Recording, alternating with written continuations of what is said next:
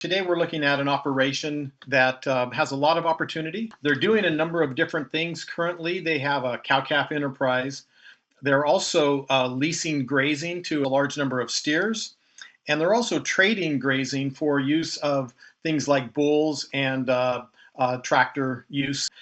So we help them make a plan moving forward to look at a lot of different scenarios, evaluating different risk tolerances to figure out the best way forward for them to comfortably move ahead. This is an operation that has the opportunity to grow. I think you'll see this makes a tremendous difference. So let's go ahead and take a look. Well, we can see with the number of replacements we're keeping, herd's going to be growing fairly quickly. So we're starting at total breeding head 68, and we will be at what in 5 years? 104. So that's like a 50% increase over the 5 years. Let's see how many heifers we're keeping, what percentage of heifers we're keeping. We're keeping like 57%. So that's a pretty high number. Let's go down and look at enterprise efficiency. So we have your cow-calf enterprise, which is pretty good.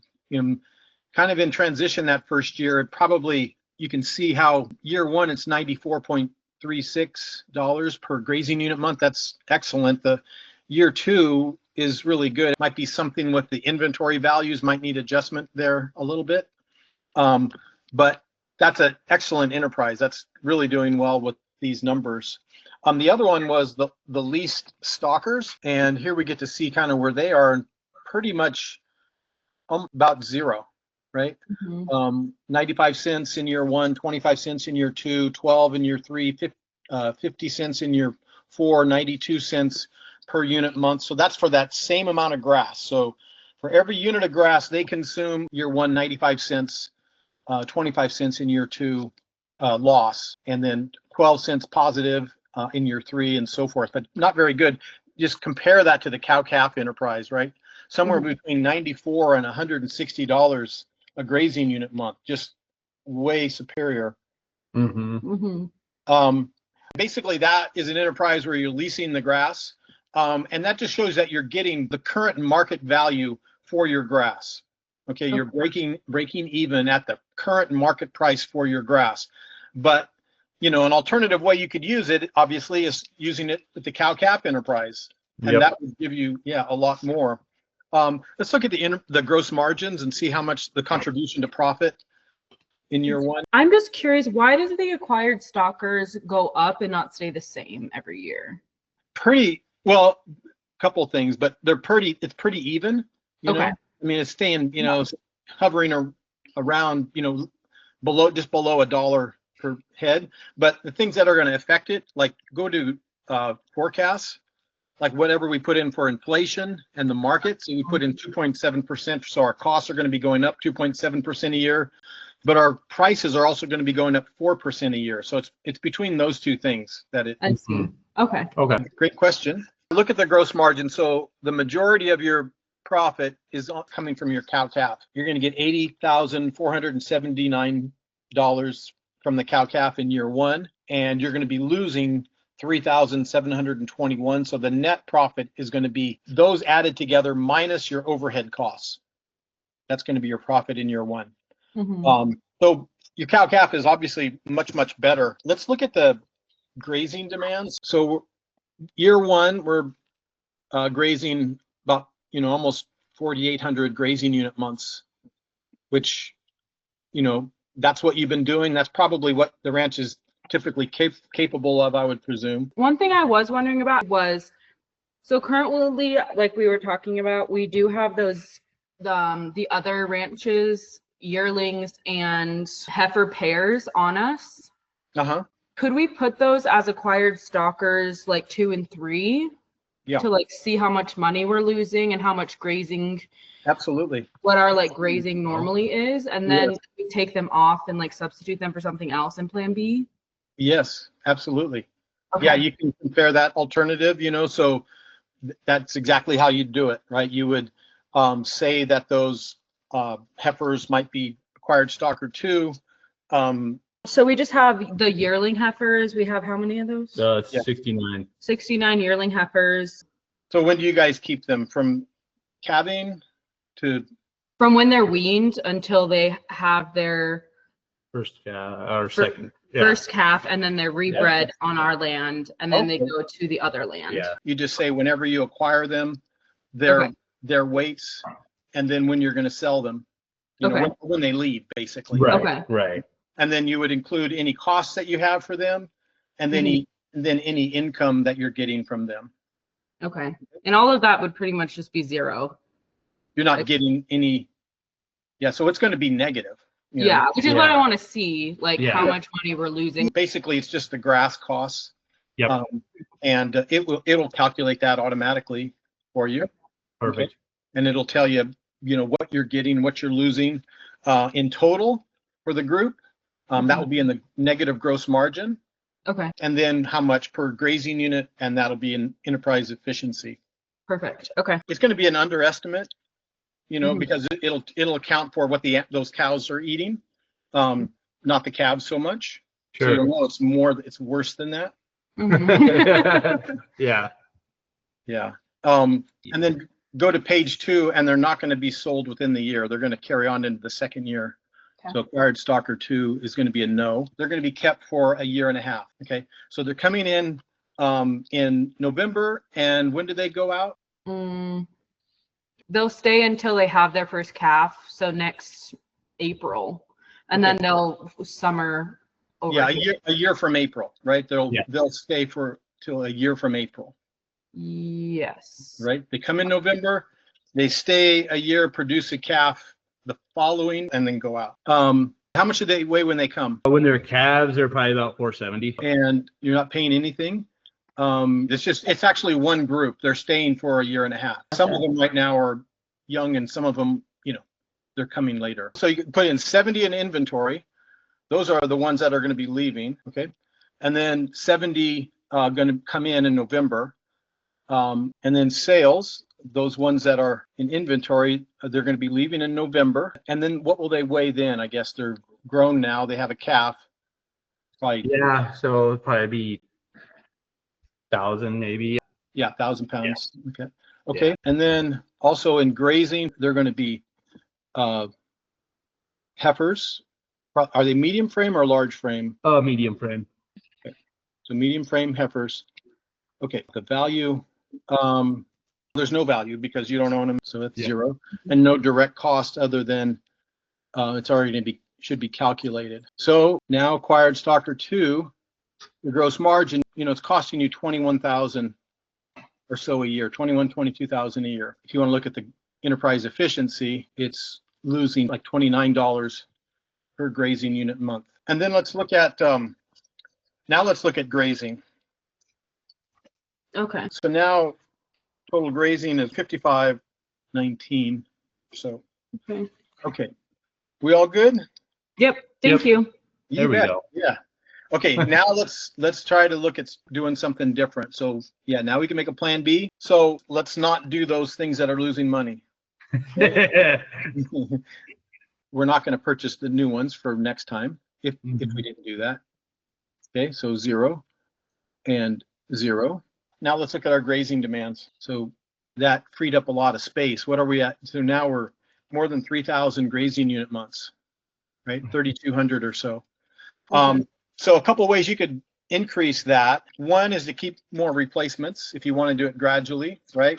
You're already keeping 57%, so you're already, you know, keeping a lot. Yep. And let's look at the replacement costs. What is it costing us to produce a bred heifer? It's costing you $1,801, which is pretty cheap, you know. That's for a 2-month bred heifer. Let's look at purchases, and we can see maybe what they're going for. Let's see, bred heifers, going almost 3,000, 2,963. So you can produce them a lot cheaper than you can buy them right now. Yep. Okay. But you can only do that so fast. So it's better to save them probably for you than to buy them. But the other alternative is, what if you were to buy bred cows? Okay. And because this way, either way, if you're keeping replacements or if you're purchasing, you know, some replacements on an annual basis, you can only go so fast. It's going to take you a long time to get up, and maybe, you know, you might miss an opportunity. Alternative would be to just purchase those cows right now. Okay? So let's take a look at doing that.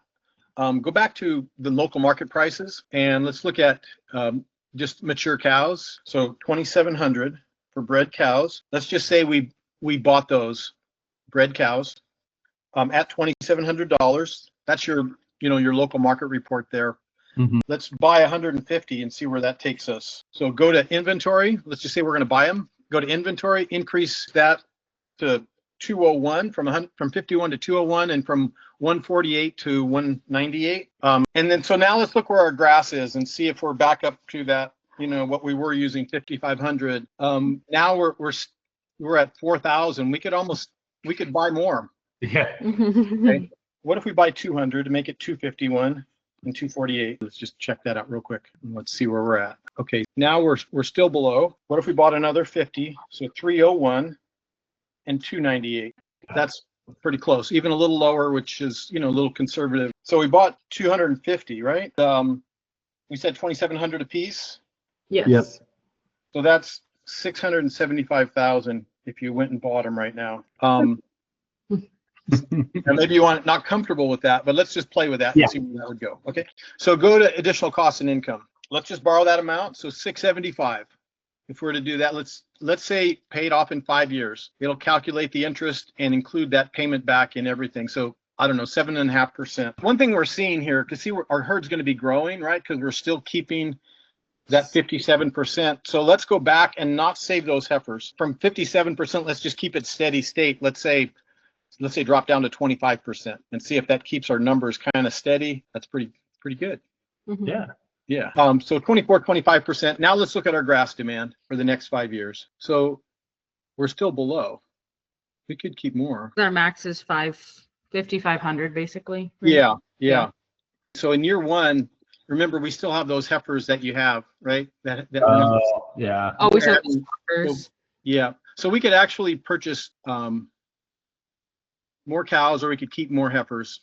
So let's go back and keep more heifers. So let's keep 35%. So that's going to be below what we're using. Okay. Significantly below what we're using. So that's safe and comfortable. So now let's look at our profit and loss in this new plan. Compare it to what it was before. Before was a profit of 17,000 after subtracting overheads to a profit of 400,930. Now that's including all your loan repayments on your cash flow as well in year 5. So from 134, because remember we were growing the herd, right? We were keeping a lot of heifers, growing the herd, to 681 in year 5. So that's a $550,000 increase in profit by year 5. So this is including like all of our expenses, correct? It includes all your expenses. You're doing the same stuff. It's you're just expanding your cow-calf operation, and then you're not doing some of the things you're doing before. You're not leasing, and you're not keeping those other cows.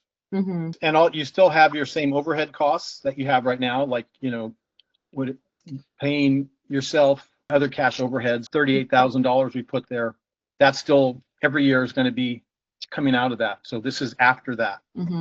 Let's look at the cash flow situation. Before it's positive, now it's 209, 242. It's going to be a negative cash flow the first year, just because you're spending a lot of money buying cows. Right? Yeah. But that's coming from that loan. After that purchase, you're going to have a very strong positive cash flow.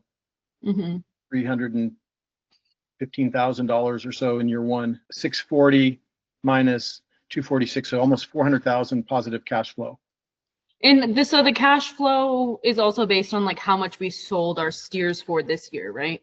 Yeah, these are our expectations. We're expecting, this year 1 sales price of $390 for heifers weighing 500 pounds and $408 for steers weighing 500 pounds. We put in our projections, we expect the cattle market to continue to climb a little faster than inflation. Now, if we're not sure about that, you can easily play with that number. So let's just say it stays even while inflation stays the same. What would happen there? So everything is going to adjust. Still, your profit and loss is over 400,000 every year. Yeah. Let's just say obviously this has been like the best, cattle year, and yeah. Also, I mean, inventory numbers are still low. Again, there's 2 different ways to take advantage of the market, you could do it gradually by keeping heifers. That's better than you purchasing them, or you can jump in now. That's more risky, so it kind of depends on everything. But you can play with this and say it goes down 10%, the market. It just, the bottom falls out, which who knows what'll happen? I don't know. Exactly. Yeah. But still look at your profit doing this. It is worthwhile. Because what you have is a massive resource. You got all this grass. Exactly. And most of it, could be used better. Yeah. That's kind of stark difference, huh? What is your even with the 10% drop each year in the market, well over 200,000, at least $200,000 a year income, whereas we started at 17. Now that's after paying yourself, right? You paid yourself and had other things, but that's probably going to go up. Cowboy's getting a raise here. Right. I see what you're saying. So one other thing you might want to look at, because you're probably going to have to go to the bank if you wanted to do that. Yeah. Right? So this is the stuff they want to see. Open the balance sheet. Yeah, profitability, financial efficiency, solvency, liquidity. These are all the measures that lending institutions want to know, and you have them for your operation moving forward. You have a balance sheet. You have, the rate of return on assets, your rate of return on equity. All these measures of these different financial indices that lenders really want to see, and it's already here, moving forward for your operation. So they're going to be thrilled with you to see this, and they'll be able to see what kind of a risk you are. Yeah, for sure. You can play with all of that. One thing we didn't speak of, just because you're a bit unique right now, you guys don't have bulls, or you're using bulls, right? Yeah, we'd that's have to buy bulls. You'd have to buy bulls. That would be an additional cost. So that's going to bring that down a little bit, but not that much. I was wondering, what if we ran 500 head of like acquired stock or yearlings that we're doing a full care lease on? Because that's what we've discussed, is like continuing to let our neighbors lease the 1,000 head, and then we stock 500 head instead of stocking the other ranches, yearlings and heifers. Well, let's do that real quick. So let's make another plan. Yeah, we were thinking that we might do that for a few years to kind of get a nest egg, and then use that money to buy cows or something. Yeah. Yeah. Well, let's see how that'll pay off. So go to purchases. We'd keep the 1,000 that our neighbors are running, and they'd pay us that lease check, but we'd run 500 ourselves. Okay. So then let's put them in acquired stock or two. So you're going to keep their 1,000. You're going to do 500 more. Yes. Yeah. Okay. Then that's going to be more grass probably than you're using currently, but we'll find out how much. So what will they weigh when you get them? Like 790? It's kind of similar. Yep.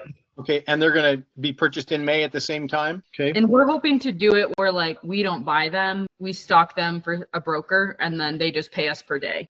You're getting paid for labor, you're getting paid for grass. You would do that the same way. The price is going to be zero, whatever weight they're going to come in at, however many. They're going to be sold probably within the same year. Yep. Then, whenever they go out at whatever weight, you'd put that. Okay. Yeah. They'd probably be the same as the acquired stocker ones. Yeah. Okay. So 850. So from 790 to 850. Yep. Now the difference is you're going to get paid more, right? Right. Yeah, exactly. We said like what, $86 per head, something like that, $85 a head, right? Okay. Now how much do you think you might get paid per head? The grazing alone would be 85 per head.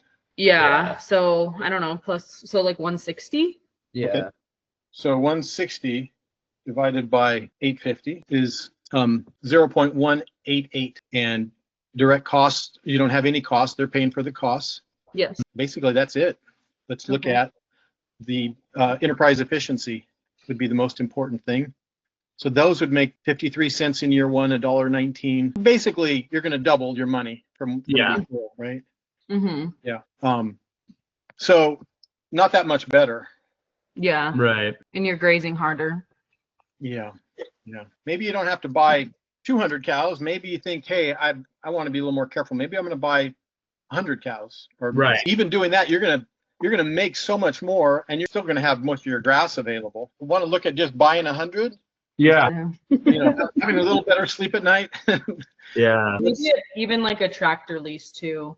because we don't have the tractor lease on there. The other operation pays for that. So just Mhm. like Okay. adding a little bit more expenses. Yeah, you'd have increased overheads.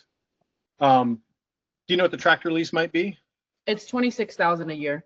Okay, so let's go add that to cash overheads. So we did that. And so bulls, what do you typically use as a bull to cow ratio there? 1 to 25. Okay. So we're going to have, let's say we're going to get 100 more cows. So we're going to be down to 201 and 198 cows, right? So that's like 8 bulls. Let's say they're 8,000 a piece. What do you think? You know what you had to pay for bulls? I mean, yeah, that's about it. That. Yeah. So that's Yeah. 64,000 for the bulls. And 270,000 for 100 cows. 270 plus 64 is 334. And then go to purchases. When would you buy them? You guys breed when? July. Probably good to get them 60 days beforehand just to get them acclimated and stuff. So May, purchase in May. And call percent, let's say 20%. Say you're keeping them for 5 years. Okay, there it all is. Look at our so our herd numbers will still be growing. And, let's look at our enterprise efficiency. 100. That's really good. That's with purchasing those bulls now. And annual profit and loss. So from 17,000 to 220,000. Yeah, that's more realistic for us, numbers wise. Yeah. Yeah, because that's a little scary. More than $500,000 to borrow. Oh yeah, yeah. Yeah. But no, yeah, that's. Could we put the heifers back up to 50%? 50. Yeah, we can do anything. Now you're growing again. 318 within 5 years. Over 300 within 5 years. And let's look at our profit and loss. What do we got in year 5? $500,000 a year, and you're paying yourself still. Yeah. You're leasing a tractor and you're buying your bulls outright from the beginning. Let's look at cash flow because we're buying a bunch of bulls to start with. So first year, it's a little tighter. We're like in debt the first year is what that's showing, right? 27,000 in the red. Okay. But that's paying yourself still. You could maybe take out a little bit more to get you through the first year. No, this is what we wanted. Like I knew that one, running like the other ranch's stock, because I knew that number was going to be in the red. And I was just kind of curious to see for yearlings, if we, running our own, doing a full care lease. Yes. But it might just be worth it to bite the bullet and kind of see. Yeah. Yeah, because you're kind of spinning your wheels with those other ones. A little bit. Yeah. Yeah. It's just nice to see it in black and white instead of like. Well, and let's look at grazing demands. I'm sure you're well under what you were using before. Yeah. Yeah. So we're still, you're only using like 75% of what you were using before, something like that. So it's just very safe. You could do something more if if it's profitable, but not worth it to do something for nothing. Exactly, right. Yeah. Exactly.